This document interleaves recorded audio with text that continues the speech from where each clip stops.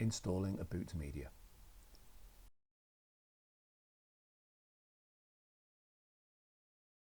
Align the edges of the boot media with the boot media socket and then gently push it into the socket.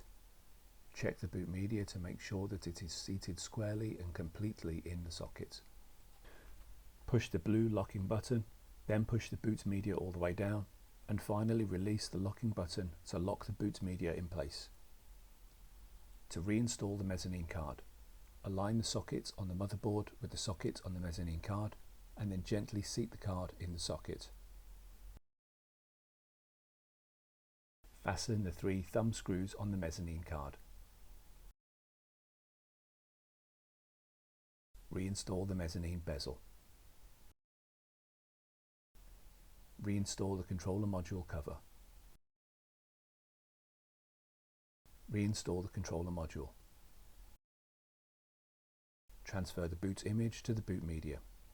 Note: the replacement boot media that you installed does not have a boot image, so you will need to transfer a boot image using a USB flash drive.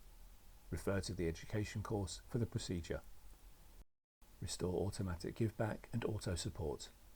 Refer to the education course for the procedure.